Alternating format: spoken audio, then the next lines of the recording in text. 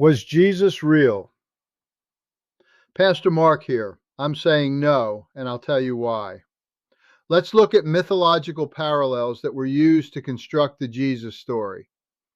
3,000 years before Christianity, the Babylonians were telling the story of Inanna, the daughter of a god who descended into the underworld, was killed, and after 3 days and nights was resurrected. This matters because, as you know, the Jews would spend generations living in captivity in Babylon, surrounded by these religious ideas, even celebrating Inanna's festival. 2,500 years before Jesus, Egyptian Osiris, the son of a god, was killed and resurrected. He was given power over death and judged the dead. 1,300 years before Jesus, Dionysus, the son of Zeus, died and was resurrected, and interestingly enough, he turned water into wine. Then Christianity gives us Jesus, the Son of God, turning water into wine, death, descent into the underworld, resurrection and judgment over the dead. There is nothing new here. It's almost letter for letter. It's an important piece of evidence to understand that reshaping stories was standard practice for biblical writers. Look at Noah. Long before Genesis, the Babylonian epic of Gilgamesh told of a catastrophic flood, a man being warned, a boat, animals being saved, birds released to find dry land, and a sacrifice afterward.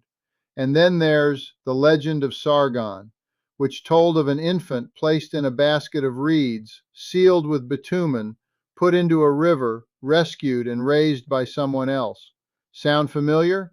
It's Moses, pulled from the river by Pharaoh's daughter. They took many older stories and made them their own. That's the way things were done. They repurposed stories to fit their own religion. Stories traveled, and old stories acquired new meanings. Fun fact: Apollonius of Tyana. Apollonius, a wandering philosopher, lived roughly 3 BCE to 97 CE.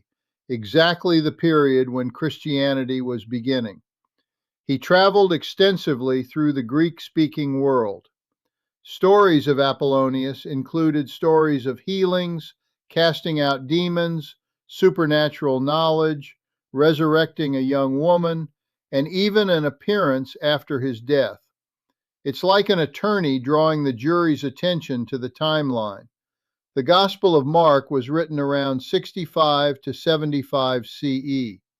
Apollonius was still alive doing miracles. We don't actually know who wrote Marc.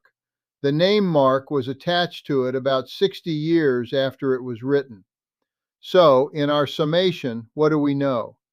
We know that an anonymous author wrote in Greek stories that matched other religious stories like Inanna, Osiris and Dionysus, while stories of Apollonius and his miracles circulated. I'm saying, look at the evidence together. At some point, we have to ask the obvious question.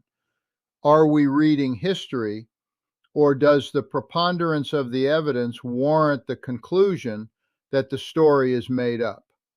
Something to think about. Try humanism. Live in reason and reality. Love humanly. Give humanly. Experience the human life. You know, because we're human. See you next time.